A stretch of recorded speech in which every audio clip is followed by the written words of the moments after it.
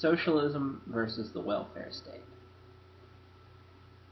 Socialism has become a buzzword, particularly in the United States, that all of the capitalist politicians will throw out whenever something occurs that they don't like, or if something's done by one of their opponents they don't like. Well, now their opponents become a socialist. All of a sudden, with the election of Obama, we find people claiming that outright communism exists in the United States. Nothing could be farther from the truth. In fact, Obama's policies, like the bailout for the car companies and the banks, was really just an accelerated version of trickle-down economic theory. Under the trickle-down theory, you're supposed to lower the taxes for banks and car companies and other corporations and the wealthiest population, and then that money supposedly will trickle down to the working class. Now, a large part of the reason why this was done under the Reagan and the Bush and even the Clinton administration was because a lot of these companies were having trouble remaining profitable. So the government thought, lowered their taxes and things in order to help them. Also lowered regulations on how much they have to pay people, allowed these companies to cut pensions and things so that they could stuff more of that money back into their profitability, because they were having trouble making money. Well, the Obama plan goes even further and says, let's just stuff money right into the coffers of these largest companies in order to make them profitable. It was essentially a massive expropriation of wealth from the working class and the middle class into the capitalist class. So we can see there the major difference between that and socialism. But how is the whole plan of the welfare state as a whole different from socialism? Well, let's analyze one first, and then the other. I'll start with the welfare state. In its basic principle, the welfare state originated with the liberal idea of we can regulate markets and we can regulate capitalism so that it's softer, it's cleaner, it's nicer to people. The welfare state today is proclaimed by many social democratic groups that used to be revolutionary, used to promote socialism, but they resigned themselves to mediocrity and just accepted the welfare state as the closest anyone could get to socialism.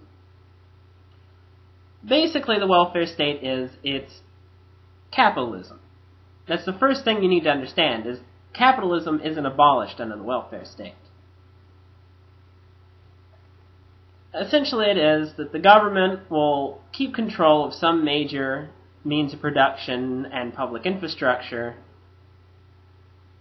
and will tax some of the largest companies and redistribute that wealth downward so that there's not such a wide income gap. Capitalism still exists. All the welfare states that exist in Scandinavia, in Germany, and France, capitalism still exists. These places all have large companies. In fact, the Socialist Party of France is essentially a capitalist party, with the head of the IMF being one of their front-runners for the presidency in France. So capitalism still very much exists, but the government will hold some of the means of production. For instance, Norway has a large state-run oil company in order to raise government revenues. And certain capitalists do back this formation. For instance, light industry and retail like all the consumer spending that these welfare programs create. Because if people have more money coming in and they have secured housing and a secure standard of living, then they're much more likely to go out to retail stores and buy consumer goods that light industry produces. Also, the industries that government tends to own in the welfare state tend to be resource gathering and heavy industry. So the light industrialists don't have to worry about competing with the big corporations or the larger corporations that tend to own heavy industry. And that's the reason they're typically the big financial backers for these programs, or for politicians that support these programs. For instance, in the United States, typically a lot of the backers of more liberal politicians tend to come from light industry. So basically, the welfare state is controlled capitalism where government owns the basic infrastructure of society and sometimes some of the means of production. And the government also guarantees a certain standard of living and level of income. Now that level fluctuates from country to country. For instance, the guaranteed standard of living in Sweden is much higher than it is in the United States. But that's basically the welfare state. Under the welfare state, though, workers may have a certain voice in the government-run corporations, but they don't own them, and they don't run them. In Germany, the labor unions often have members on the board of directors of the largest corporations. So the workers might have a certain voice under the more advanced systems of the welfare state, particularly European social democracy. But they don't own the companies, they don't run the companies. The companies are still run and owned, and the people that make most of the money from the profitability of the companies are the capitalists that own them, just like it is in the non-welfare state capitalist countries. So if that's the welfare state, what is socialism? Well, socialism is the direct expropriation of these companies, these businesses, by the working class.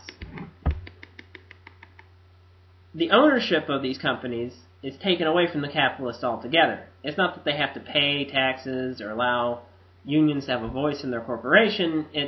We're taking the power away from them completely. And the company is collectively owned by all the workers that work in it. They have to make the decisions collectively, and they run it themselves. If there are managers or supervisors, they elect these managers. And all this the property, the means of production and infrastructure, is owned socially by the whole working class. Now people might say in the past, well, look at Cuba, it's the government that controls these things. But what has happened is the working class, under socialism, has to expropriate the whole apparatus of government and the state and use it for its own means. Because you can't just take over a factory and then expect to be okay. Because the capitalist state will come in and they'll bust up the situation and give the ownership of the factory or the grocery store or whatever back to the capitalist. So the working class has to expropriate the entire state, just like it expropriated a factory, and have the state be essentially the entire working class.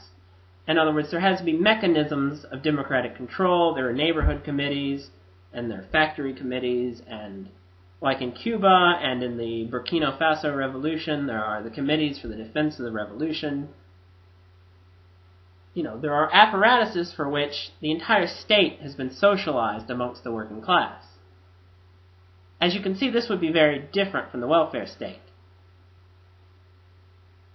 Now, there are situations now where in Argentina still has capitalism, but some factories have been expropriated by their workers. Mostly it was factories that were closed due to the economic collapse in Argentina, and the workers in a situation where they were desperate for income took the factories over and started running them themselves and then selling that product on the marketplace.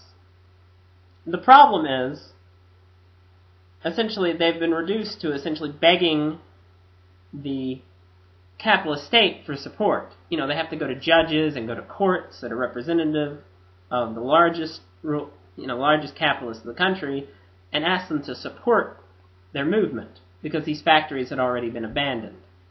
And they've made some leeway.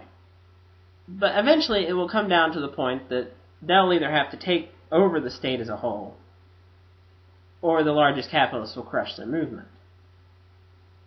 So this is just sort of a basic introduction to what socialism is. It's more complicated than this. But I thought I might give a basic overview, and how socialism differentiates from the welfare state.